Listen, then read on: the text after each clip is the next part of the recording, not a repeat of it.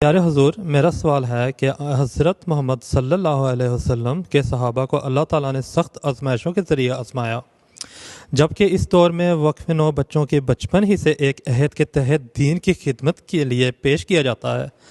پیارے حضور، ایسی صورت میں ہم وقف نو اپنے اندر وہی صبر، اخلاص اور روحانی قوت کیسے پیدا کر سکتے ہیں جبکہ ہمیں ان جیسے سخت آزمائش کا سامنا نہیں کرنا پڑتا؟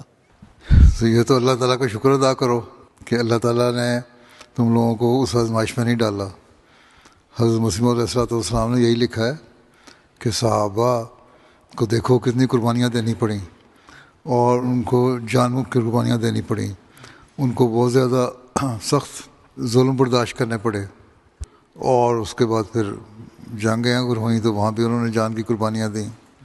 اور تم لوگ خوش قسمت ہو کہ اس زمانے میں تمہیں اللہ تعالیٰ نے وہ جان کی قربانی مجموعی طور پر نہیں لی۔ گو اب بھی بعض لوگ شہید ہوتے ہیں دین کے نام پہ، احمدیت کے نام پہ، پاکستان میں ہوتے ہیں، برکینا فاسو میں ہوئے یا اور جگہوں پہ، تو اکا دکا تو جان کی قربانیاں ابھی بھی پیش ہوتی ہیں، لیکن بحیثیت قوم، بحیثیت جماعت، وہ قربانیاں جو پہلے ہم لوگوں نے دیں وہ ہمیں نہیں دینی پڑ رہی۔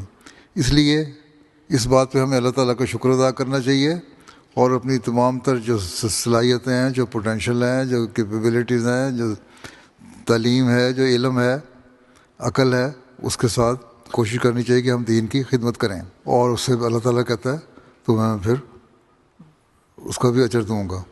یہ دیکھو اللہ تعالیٰ کا کتنا احسان ہے تم پر، اس کا بھی شکر ادا کرو نا کہ اللہ تعالیٰ آج فی زمانہ جان کی قربانی نہیں مانگ رہا، اللہ تعالیٰ تمہارے سے وقت کی قربانی مانگ رہا۔ ہاں تم عہد کرتے ہو کہ جان، مال، وقت اور عزت قربان کرنے کے لیے تیار رہیں گے، لیکن عمومی طور پر تو وقت اور مال ہی قربان ہوتا ہے زیادہ تر اس زمانے میں۔ ہاں اگر جان کی ضرورت پیش آئے تو اس کے لیے بھی تیار رہنا چاہیے۔ اس لیے پہلی بات تو یہ ہے کہ علم حاصل کرو دین کا۔ قرآن کریم اللہ تعالیٰ نے نازل فرمایا، اس کو پڑھو، اس سے علم حاصل کرو۔ وقف نو کا یہ کام ہے کہ قرآن کریم کو پڑھیں، اس کو ترجمہ سیکھیں، اس کی تفسیر پڑھیں، اس کے مطلب پڑھیں، اس میں دیکھیں کون سی باتیں اللہ تعالیٰ نے کرنے کے لیے کہا ہے، کون سی باتوں سے اللہ تعالیٰ نے روکا ہے، ان کو ہم نے کرنا ہے، ان سے ہم نے رکنا ہے۔ پھر اللہ تعالیٰ کی عبادت سب سے بڑی بات ہے، عبادت کریں، 5 وقت نمازیں پڑھنے کی عادت ڈالیں۔ یہ نہیں کہ وقف نہ ہو تو فجر کی نماز پڑھ لی، یا کبھی نہ کھلی تو نہ پڑھی، 3 نمازیں پڑھ لیں، 4 پڑھ لیں، یہ نہیں، 5 نمازیں پڑھنی ہیں۔ 5 نمازوں کی عادت ڈالو، اور قرآن کریم کے حکموں پر عمل کرنے کی عادت ڈالو۔ یہی اس زمانے کا جہاد ہے، اور پھر زمانے کا جہاد قلم کا جہاد ہے۔ اللہ تعالیٰ نے جو علم دیا ہے تمہیں حضرت مسیح علیہ السلام کے ذریعے سے، قرآن کے ذریعے سے، حدیث کے ذریعے سے، اس کو پھیلاؤ۔ حضرت نے یہی لکھا ہے نا کہ اس زمانے میں قلم کا جہاد ہے، تلوار کا جہاد نہیں ہے۔ اور حضرت صلی اللہ علیہ وسلم نے بھی ایک زمانے میں جنگ سے واپسی پہ آتے ہوئے فرمایا تھا کہ ہم چھوٹے جہاد سے بڑے جہاد کی طرف جا رہے ہیں، اور بڑا جہاد تھا قرآن کریم کے ذریعے تبلیغ کا۔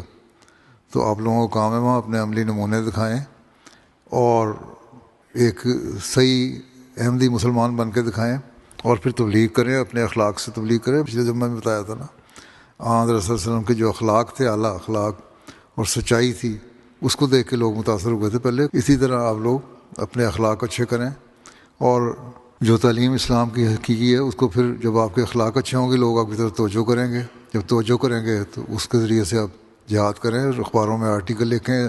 آج کل ویسٹ میں بہت کچھ اسلام کے خلاف لکھا جاتا ہے، تو آپ لوگ اخباروں میں لکھیں آرٹیکل کہ اسلام کی اصل تعلیم کیا ہے، کیا خوبصورت تعلیم ہے، کیا امن کی تعلیم دیتا ہے۔